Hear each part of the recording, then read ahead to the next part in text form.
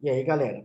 Seguinte, o Enem se aproxima e eu estou trazendo para vocês aqui um trabalho bem legal. Na verdade, eu tinha até colocado ele antes, mas resolvi refazê-lo até e postar novamente para vocês. Tutorial sobre como lidar com as competências e habilidades do Enem, explicando como cada uma delas funciona, resolvendo exercícios sobre e ainda disponibilizando uma lista pequena de exercícios, mas sobre cada uma dessas habilidades para que você possa treinar. Pouca coisa, mas que te deixa mais à vontade para poder chegar no dia da prova do Enem que se aproxima aí e poder resolver isso da melhor forma possível. Legal? Então, me acompanhe agora com cuidado, com calma, para que você possa entender um pouquinho melhor desse formato que o Enem tem com a gente e como é que a gente tem que lidar com ele. Então, vamos lá. Deixa eu aumentar um pouquinho aqui, ó, nosso tamanho de tela. Vamos lá. E agora você pode me acompanhar. Ó, a ideia é a seguinte, pessoal. Em primeiro lugar, nós temos que lembrar que o Enem ele funciona por intermédio de uma série de competências e habilidades. As competências vão determinar que tipo de abordagem deve ser feita a respeito dos conteúdos. E as habilidades vão mostrar partes dessas competências, a distribuição. Isso é muito vago às vezes. Você vai ler aquilo lá, está numa linguagem que não determina para você, mas do que ele está falando? Isso aqui tem PA, tem PG, é geometria analítica, do que se trata? Então, eu quero traduzir isso para vocês, para que pelo menos você possa chegar na questão com um pouco mais de liberdade e tranquilidade de olhar e falar assim, não, isso aqui se refere a tal tópico. E você vai perceber que, no fundo, a maior parte das questões da são muito simples. Então, vou te dando dicas a respeito desses comportamentos aí. Então, vamos lá. Primeira de competência da matemática, competência de área 1, ó, construir significados para os números naturais, inteiros, racionais e reais. Bom, o lance aqui é o seguinte, tem muito a ver com, em primeiro lugar, o trabalho envolvendo os conjuntos numéricos, naturais inteiros, racionais e reais. O construir significados é lógico que tem a ver com a adaptação, né, para contextos práticos e aplicados de como funcionam esses conjuntos. Isso aqui é muito amplo. Por quê? Porque basicamente todos os exercícios você vai trabalhar com esses conjuntos aqui em particular. Pode ver que ao colocar reais lá na frente, ele está embutindo todos os conjuntos. Então, dentro de cada habilidade vai ficar mais fácil para se compreender o que eu devo mais especificamente utilizar nessa área. Então, vamos lá para a habilidade 1. Reconhecer no contexto social diferentes significados e representações dos números e operações, naturais, inteiros, racionais ou reais. Reconhecer no contexto social significa que ele já está colocando para a gente aqui uma aplicabilidade, diferentes significados e representações dos números e operações. Normalmente, essa habilidade 1 aqui, ela aparece para você em prova em exercícios que trabalham com o conjunto dos números naturais e o sistema decimal de numeração. Quer dizer, saber lidar com o sistema decimal. O que significa ser unidade, dezena, centena e as operações elementares entre esses carinhas dos conjuntos. Pode ver que é um assunto que vem lá do ensino fundamental. É algo bastante simples. São muito comuns nesse tipo de habilidade aqui exercícios que falam de línguas e contextos numéricos de outras civilizações, para que a gente possa adaptá-los ou compreendê-los de acordo com o nosso sistema de numeração decimal. Tanto que o exemplo que eu trago aqui para você olha lá, uma questãozinha do Enem de 2014. Como que os egípcios trabalhavam o sistema de numeração? Então vamos lá. Os egípcios da antiguidade criaram um sistema muito interessante para escrever números baseado em agrupamento. O número 1 é representado pela bastão, umzinho aqui, ó, o número 2 por 2 bastões e assim por diante, até o número 9, representado por 9 bastões em sequência, conforme você está vendo aqui. Ó. Para o número 10, utiliza-se o símbolo, a stencilzinho de ponta cabeça, e alguns outros números múltiplos de 10 estão descritos na tabela a seguir.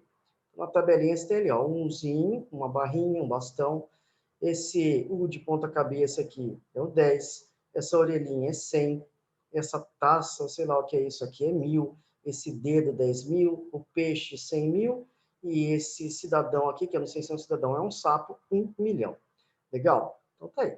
Vamos ver como que a gente vai gerenciar isso. Então, o exercício, né, o enunciado nele, te dá informações do que se trata. Então, você está interpretando o contexto, que história é essa. Depois, a gente vai te dar comando. Comando significa uma explicação ou uma ideia de como que você deve lidar com aquele problema. Vem aqui, ó. Os números de 1 a 9.999.999 na numeração egípcia derivam dos símbolos da tabela, respeitando as devidas quantidades e posições. Símbolos que representam números maiores estão colocados à esquerda e, de maneira decrescente, são colocados os demais símbolos à direita até a soma deles chegar ao número desejado. Isso é um comando, né? Uma explicação. E o que eu quero?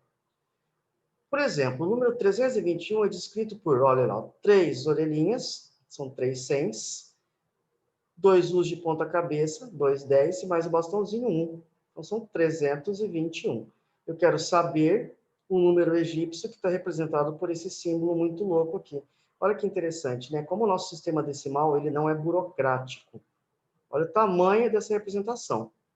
E a gente vai chegar agora a quanto que é isso aqui no sistema decimal. Mas como? Usando a tabela. Então, eu tenho, vamos ver pela tabela, da esquerda para a direita, um homenzinho ou um sapo, 1 milhão. 2 peixinhos, mais 200 mil, 100 mil e 100 mil. 3 dedos, mais 3 dezenas de milhares, mais 30 mil. 3, 6, 7 orelhinhas, 7 vezes 100, 700. Mais 2 bastões, mais 2 unidades. 1.230.702. Fechou. 1.230.702. Está vendo que fácil? Em outras provas do Enem, caiu exercício falando da matemática inca, dos maias. Então, é uma gestão do sistema decimal de numeração. Importante que você entenda, lógico, por intermédio do comando enunciado, como é que você vai gerenciar isso aí dentro do sistema decimal. Fechado? Depois tem exercício para você praticar utilizando o sistema parecido, procedimento parecido. Matemática precisa de aplicação. Você compreende aquilo que eu estou te dando de ideia, depois aplica. Olha, essa habilidade vai ter exercícios com este formato. Beleza? Vamos lá, então. Habilidade 2. Identificar padrões numéricos ou princípios de contagem. Pessoal, padrões numéricos normalmente têm a ver com sequências numéricas. Sequências numéricas são conjuntos de números que estão dispostos de acordo com uma determinada ordem, ou em ordem, e seguindo um determinado padrão, uma lógica de desenvolvimento. Isso tem a ver com PA e PG, mas não necessariamente só PA e PG, mas seria esse o significado, né, ao propor aqui padrões numéricos. Identificar, quer dizer, compreender como é que aquilo funciona, e daí poder prever um futuro para aquela sequência. Ou princípio de contagem. O princípio de contagem tem a ver com análise combinatória. Então, essa habilidade 2 aqui, ela ficou muito inchada, porque ela está jogando aqui 2 dos assuntos mais importantes da matemática do ensino médio, que são as sequências numéricas, PA, PG e seus agregados, e toda a parte de análise combinatória. Então, aqui eu coloquei 2 exercícios, um de padrões numéricos e outro de contagem, para que você possa resolver. E lá na tua listinha vão ter 4 exercícios para você poder resolver sobre esses itens aqui. PA, PG, né, arranjos, permutações, combinações, tudo isso aí está envolvido dentro dessa historinha. Então, como eu disse, né, é uma habilidade inflada. O que isso tem a ver com conjuntos numéricos? Bom, padrões numéricos já é autodescrito. O princípio de contagem trabalham somente com números naturais. Por isso que eles encaixaram dentro dessa habilidade e nessa competência especificamente. Vamos lá? Na provinha do Enem de 2016, eu tirei a questão, ó. O padrão internacional ISO 2016 define os tamanhos de papel utilizados em quase todos os países, com exceção dos Estados Unidos e Canadá, diferentões. O formato base é uma folha retangular de papel chamada A0, cujas dimensões são 84,1 centímetros por 118,9 centímetros. A partir de então, dobra-se a formatos conforme o número de dobraduras. Você já ouviu falar disso, né? O Enem é muito contextual, em geral, falando de coisas que você tem conhecimento do dia a dia aí. Beleza. Observe, a figura A1 tem o formato da folha A0 dobrada ao meio uma vez. Então, tá aqui, ó. Essa é a folha A0, a nossa folha de referência, ó. A folha A1 é A0 dobrado. Então, eu consigo fazer 2 folhas A1 com A0, não é isso? A 2 tem o formato da folha A0 dobrado ao meio 2 vezes. Se eu dobrar A0 2 vezes, aí eu tenho 1, 2, e aqui também, 1, 2. Eu teria 4 folhas A2. Tá vendo? Ó? 1 A0, eu consigo formar 2 A1, ou formar 4 A2. Quantas folhas do tamanho A8 são obtidas a partir de uma folha A0? Moleza, pessoal. Olha lá. A0, uma folha. A1 são 2 A0. A2 são 4 do A0. O que está acontecendo? Tem um padrão aqui, reconhecimento de padrões numéricos. Toda vez que eu dobro a folha novamente, eu dobro a quantidade de tamanho. Então, a A3 vai me dar o dobro do que eu tinha em A2. Vai me dar 8 folhas. A A4 vai me dar o dobro do que eu tinha em A3, 16. A5, o dobro da A4, 32. A6, o dobro, 32, 64. A7, o dobro, 128. E a A8, o dobro de 128, 256. Acabou. Então, quantas folhas de tamanho A8 são obtidas a partir de uma folha A0? 256. Pega uma folha A0, dobra, dobra, dobra, dobra, dobra, dobra, dobra, nessa quantidade determinada, que seria o A8. 256 folhetinhos obtidos a partir do A0. Aí, ó. O que é isso mesmo? É uma progressão geométrica.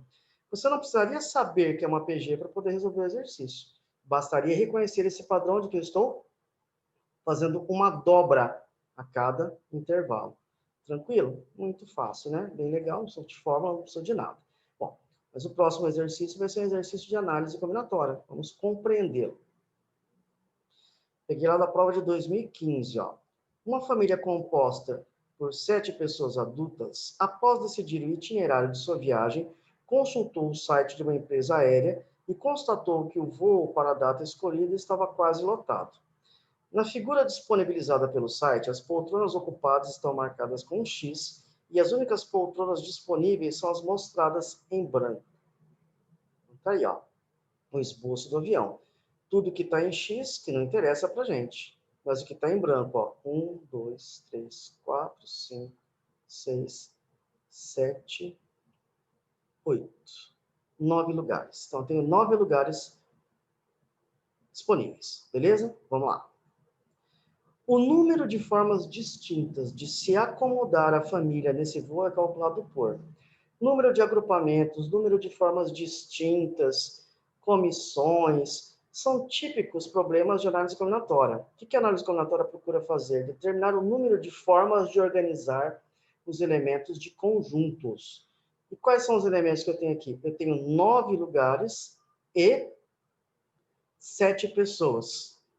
Então, eu tenho que distribuir as pessoas nesses lugares, ou atribuir lugares às pessoas. Isso é típico de análise combinatória. Agora, a primeira coisa que você tem que verificar aqui é o seguinte: que tipo de problema de análise combinatória é? Então, eu só quero que você pense a seguinte realidade, ó. Se você, pensa em você, e, sei lá, sua namorada ou seu namorado, tem que ocupar 2 lugares, você senta neste que eu estou apontando aqui, ó, seu namorado senta nesse. Pô, que tristeza, estão separados, né? Vocês podem trocar de lugar? Sim.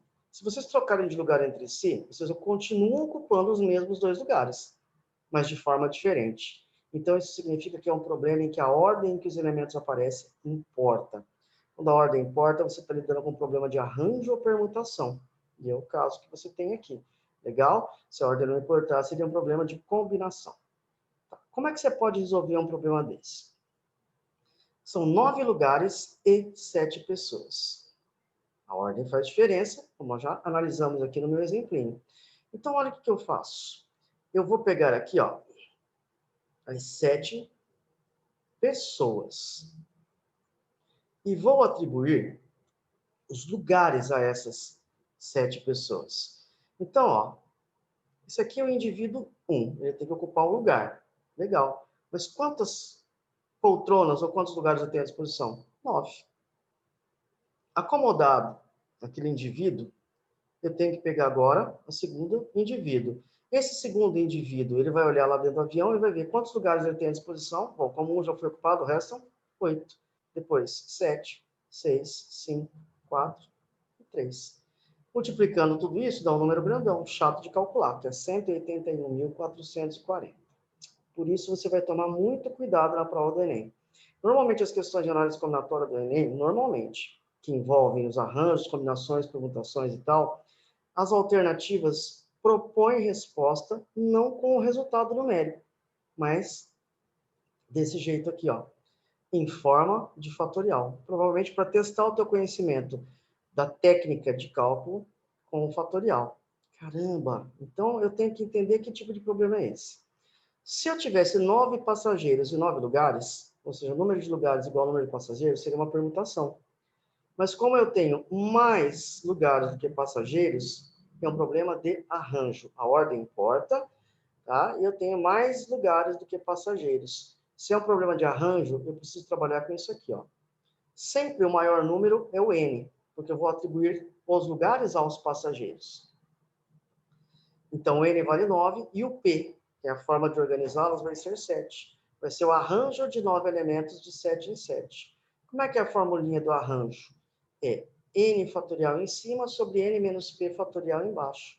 9 fatorial sobre 9 menos 7. O fatorial de 9 menos 7. Que vai dar fatorial de 9 por fatorial de 2, que está na alternativa A. Bom, em termos técnicos, a resolução fica muito mais rápida por intermédio deste cálculo aqui. Mas se você fosse desenvolver, você ia desenvolver o 9 até o 2. Ia ficar 9, 8, 7, 6, 5, 4, que ia dar os 180 e tantos mil que a gente viu no slide anterior. Legal? Mas fique muito atento a isso. No Enem, as questões de análise combinatória tendem a ter esse perfil aqui. Aliás, antes de continuarmos agora, como é que a gente vai resolver na prova do Enem? Você tem que fazer um filtro antes de mais nada. Quer dizer, olhar para a prova, pegar e selecionar quais questões você vai resolver primeiro. Não é fazer a prova em ordem. Procure sempre as questões que têm menor enunciado, para começar. Né? Enunciado curtinho significa pouca interpretação, raciocínio e cálculo aplicado direto. Questões que têm tabelas e gráficos, normalmente são questões em que também os raciocínios serão menores, já que as informações estão compiladas nos dados dos gráficos e tabelas. Fazendo esse filtro, você resolve um monte de questões rapidamente e deixa as mais complicadas para o final. Já que uma das coisas mais importantes da prova do Enem é você saber administrar o seu tempo. Legal? Bora lá então. Habilidade 3. Resolver situação-problema envolvendo conhecimentos numéricos. Nossa, olha como isso é vago. O lance aqui, em basicamente todas as competências vai aparecer isso aqui, ó, resolver situação-problema. O que é situação-problema? Uma proposta cotidiana, uma situação-problema, é algo que eu estou propondo para você, o que o examinador está propondo para você, que você vai ter que interpretar e quantificar matematicamente, quer dizer, resolver utilizando álgebra aritmética, ou seja, atribuir símbolos ou resolver somente por intermédio, conhecimentos numéricos, somente por intermédio da aritmética. O que pode aparecer aqui? Razão, proporção, consequentemente regra de 3, porcentagem, tudo isso pode estar envolvido nesse tipo de habilidade. Só que esses itens que eu citei, eles vão aparecer em todas as habilidades. Razão, proporção, regra de 3, porcentagem, matemática básica, é ferramenta de cálculo em uma montanha de coisas na matemática. Agora, tem dois itens mais específicos que aparecem bastante no Enem e que se encaixam aqui também. MMC e MDC, mínimo múltiplo comum, máximo divisor comum. Questões que envolvem, então, múltiplos divisores, e é lógico, isso aí está muito ligado ao conceito dos conjuntos numéricos, né? É um trabalho envolvendo o conjunto dos números inteiros e naturais. E eu justamente escolhi uma questão de MDC ou MMC para você. Depois, lá na lista de exercícios, vai ter questãozinha para você resolver dessa habilidade aqui. Então, ó, tirei lá do Enem de 2015. O gerente de um cinema fornece anualmente ingressos gratuitos para escolas. Este ano, eles serão distribuídos 400 ingressos para uma sessão vespertina e 320 ingressos para uma sessão noturna de um mesmo filme. Várias escolas podem ser escolhidas para receberem ingressos. Há alguns critérios para a distribuição dos ingressos. Então, presta atenção. Eu tenho 400 ingressos para tarde, 320 ingressos para noite. E eu tenho que seguir alguns parâmetros, algumas regras. Cada escola deverá receber ingressos para uma única sessão. Ou a escola toda vai à tarde ou vai à noite. Mas não em 2 períodos. Todas as escolas contempladas deverão receber o mesmo número de ingressos. Opa, então existe um número comum, todo mundo tem que receber a mesma quantidade. não haverá sobra de ingressos, ou seja, todos os ingressos serão distribuídos, não pode sobrar nada. Sacou? Comando, estou te dando instruções. O número mínimo de escolas que podem ser escolhidas para obter ingressos, segundo os critérios estabelecidos, é. Então, vamos ver, ó. Eu tenho que ter o mesmo número de ingressos para cada instituição. E se eu quero um número mínimo de escolas, quer dizer, eu quero o menor número de escolas, quer dizer que eu vou ter que dar o maior número possível de ingressos para cada escola. Maior número possível de ingressos para cada escola, sendo que essa quantidade tem que ser igual para todo mundo. Maior número de ingressos, MDC. Máximo divisor comum. O maior número que divide o 400 e o 320 ao mesmo tempo. Máximo, o maior divisor, já que eu estou dividindo as quantidades de ingressos entre as escolas. Comum, essa quantidade tem que ser igual. Aí, é só calcular o MDC entre 400 e 320. E qual é o método rápido para calcular o MDC? Olha que moleza. Para calcular o MDC, você necessariamente só pode dividir os números envolvidos por divisores comuns. Ou seja, você pode dividir enquanto tiver alguém que divida os dois ao mesmo tempo. 400 e 320 são ambos divisíveis por 2. Então, aqui vem divisores primos. O 2 divide os dois, 200 e 160. Ambos continuam divididos por 2, divisíveis por 2, 180. Ambos continuam divisíveis por 2, 50 e 40. E por 2 novamente vai dar 25 e 20. Opa! Só que, ó, o 2 não divide os dois ao mesmo tempo. Se fosse MMC, você continuaria por 2 até esgotar. Mas MDC não. Somente divisor comum. E qual é o único cara que divide esses dois aqui ao mesmo tempo agora? É o 5. Restando 5 e 4. Um cara que divide todo mundo ao mesmo tempo, que é o divisor universal, é o 1. Mas ele não entra nessa história. Até porque ele não é um divisor primo, né? Ele não é um número primo. Então, ó, 2 vezes 2, 4, vezes 2, 8, vezes 2, 16, vezes 5, 80. O que é o 80? Cada escola vai receber 80 convites. São 400 ingressos para o vespertino, então 5 escolas receberão 80 ingressos cada uma para o vespertino. 5 vezes 80 é 400. 320 ingressos são para o noturno. 4 escolas receberão 80 ingressos cada uma para o período noturno. 4 vezes 80 é 320. Fechou. Qual que é a pergunta do exercício mesmo? Qual o número mínimo de escolas? Qual o número mínimo de escolas? 5 mais 4, 9 escolas. Cuidado, tá? Tem que interpretar o resultado. O Enem é muito importante, porque é um exame que trabalha muito com essa questão de contextualidade. Você entende do que se trata? Exatamente isso. O 80 eu estou interpretando como quantidade de escolas, o maior número de ingressos que cada escola recebe. Opa, e quantas escolas serão? 9 escolas. Pode ver que 9 vezes 80 vai dar os 720. Legal? Aí, matou MDC. Depois tem exercício na lista. Provavelmente vai ser de MMC, para que você tenha o domínio tanto aqui quanto lá, né, de casos diferentes. Legal? Habilidade 4. Avaliar a razoabilidade de um resultado numérico na construção de argumentos sobre afirmações quantitativas. Meu Deus, quanta conversa mole. Pois é, essa é uma das chatices dessa história das competências e habilidades, né? É muita conversa e pouca prática. Avaliar a razoabilidade de um resultado numérico na construção, blá, blá, blá, não diz para você do que se trata. Bom, avaliar a razoabilidade significa o seguinte: faz sentido se esse resultado que eu encontrei tá certo? Razoabilidade. Não, realmente tem a ver com 100. Nossa, lá tem na alternativa 1 milhão, não pode ser muita coisa. Na construção de argumentos sobre afirmações quantitativas. Será que aquilo que está sendo proposto está me levando a um resultado e esse resultado é coerente? É isso que essa habilidade aqui está pedindo. Que tipo de cálculo que você vai usar? Uma série de ferramentas são possíveis aqui. Pode ser razão, proporção, regra de 3, porcentagem, tudo isso pode ter envolvido, e lógico que isso está dentro da estrutura de conjuntos numéricos. Então, isso aqui é amplo, tá? E é uma habilidade que vai penetrar em outras tantas habilidades. Então, tem habilidade que é muito estanque, é como se fosse só aquilo ali, né? Mas outras habilidades, elas, né, interpenetram, participam de uma série de outras competências e outras habilidades também, elas se misturam. Essa é uma delas, né? Avaliar a razoabilidade, blá, blá, blá. Então, que tipo de situação que normalmente aparece para esta habilidade? Então, olha a minha proposta aqui, ó. É um exercício que vai usar proporcionalidade, que vai usar cálculos aritméticos muito simples para a gente avaliar se o que está proposto faz sentido e se o resultado é coerente. Um show especial de Natal teve 45 mil ingressos vendidos. Esse evento ocorrerá em um estádio de futebol que disponibilizará 5 portões de entrada com 4 catracas eletrônicas por portão. Em cada uma dessas catracas passará uma única pessoa a cada 2 segundos. Maravilhoso. Vamos lá. O público foi igualmente dividido pela quantidade de portões e catracas indicados no ingresso para o show para a efetiva entrada no estádio.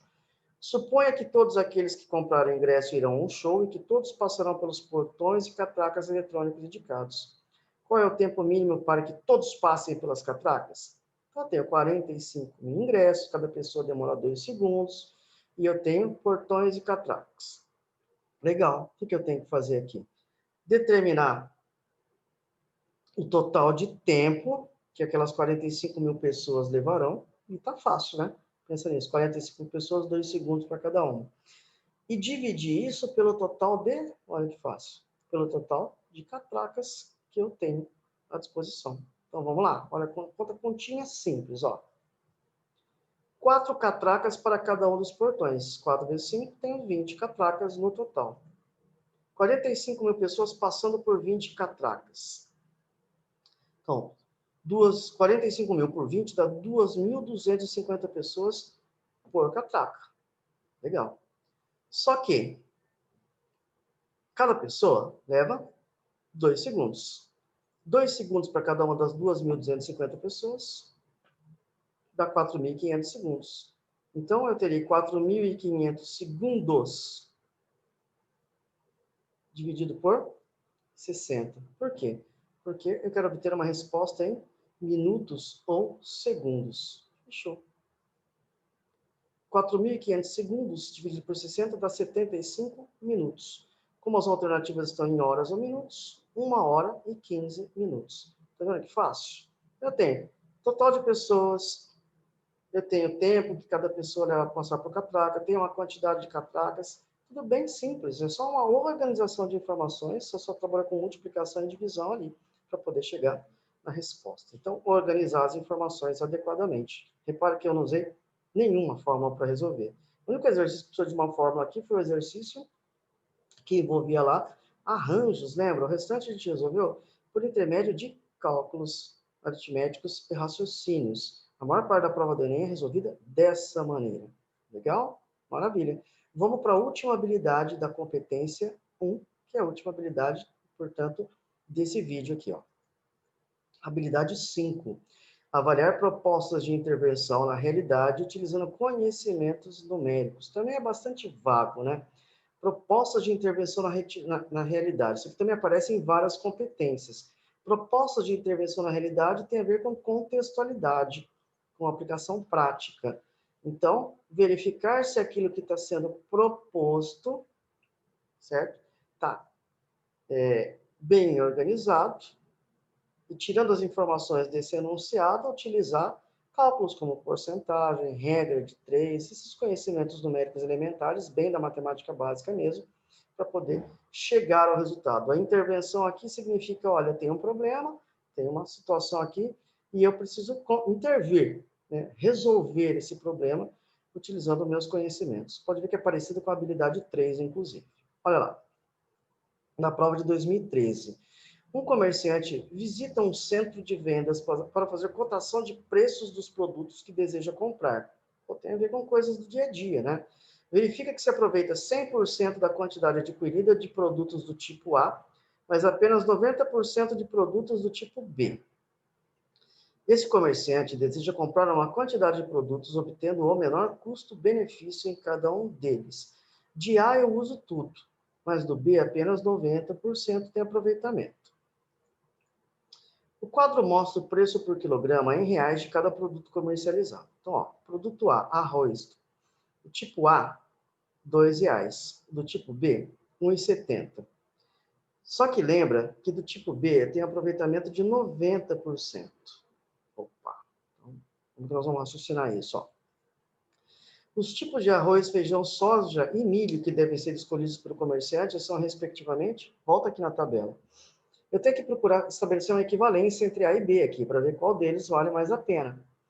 Então, eu sei que do B eu tenho 90% de aproveitamento, enquanto do A eu aproveito tudo. O que eu preciso fazer agora é o A ficar equivalente ao B. Como? Calculando 90% de A. Se eu calcular 90% de 2, 90% de 2 eu posso obter multiplicando 2 por 0,90. Está vendo? De porcentagem. 90% também vezes 2. Vai me dar 1,80. Pensa nisso. O equivalente do B, que seria o A, custaria 1,80 se eu usasse 90% dele. O B, que já é 90%, 1,70. Então, está valendo a pena usar quem nessa história? O B. Opa. Então, agora eu calculo 90% de 4,50? Exatamente. Multiplico 4,50 por 0,90, 4,05. Enquanto B é 4,10. Quer dizer que o aproveitamento de B com 90% é maior do que, perdão, do A, né? Com 90%, ó, 4,05, é maior do que o do B. Então, equivalendo, isso aqui é uma questão de equilíbrio. Eu estou equivalendo o A com o B, calculando 90% de A. Se o resultado for maior do que o de B, vale a pena o B, mas se for menor do que o de B, está valendo a pena o A. Agora, 90% de 3,80 vai dar 3,42. O B é 3,50, então está valendo a pena o A. E, finalmente, 90% de 6, que dá 5,40. Opa, como o B é 5,30, vale a pena o B. Acabou. A tua escolha vai ser o arroz do tipo B, feijão e soja do tipo A e milho do tipo B. Fazendo na ordem, ó, arroz, feijão, soja e milho, vai ficar BAA, B. BAA, B, que está na alternativa D. Você viu que fácil? Nada de fórmula, só raciocínio. Gráfico e tabela no caso aqui, questão direta, resolução simples, cálculos bem simplinhos também. Legal? Eu falei para vocês, ó, você vai ter o vídeo disponível, você está assistindo ele, que você assistiu ele no IGTV ou no YouTube. Então, acessando as redes sociais lá, você pode me procurar no Instagram, @professor Jean Ribeiro, só professor Jean Ribeiro, se digitou lá, já vai me achar direto. No YouTube, você tem o vídeo, professor Jean Ribeiro, digitou lá na busca, vai aparecer o primeiro de tudo. Agora, aqui duas coisas importantes, ó. Nesse grupo do Facebook, o Jean Mate, você vai encontrar, isso é importante, ó, você vai encontrar a lista de exercícios dessa aula aqui para baixar. E também no Telegram. Se você se inscrever no Telegram, no grupo lá, Professor Jean Ribeiro, também tem a lista para você fazer o download. Né? E o PDF dessa aula também. Então é legal que você acompanhe, assista, mas também pegue essas coisinhas à disposição para que você tenha e possa resolver exercícios ou até tirar dúvida por intermédio do PDF da aula. Legal? Nos vemos na próxima aula a respeito de competências e habilidades, que a gente vai disponibilizar amanhã para vocês. Legal? Fala tchau pro Jean, então. E beijos. Nos vemos na nossa próxima aula. Até mais.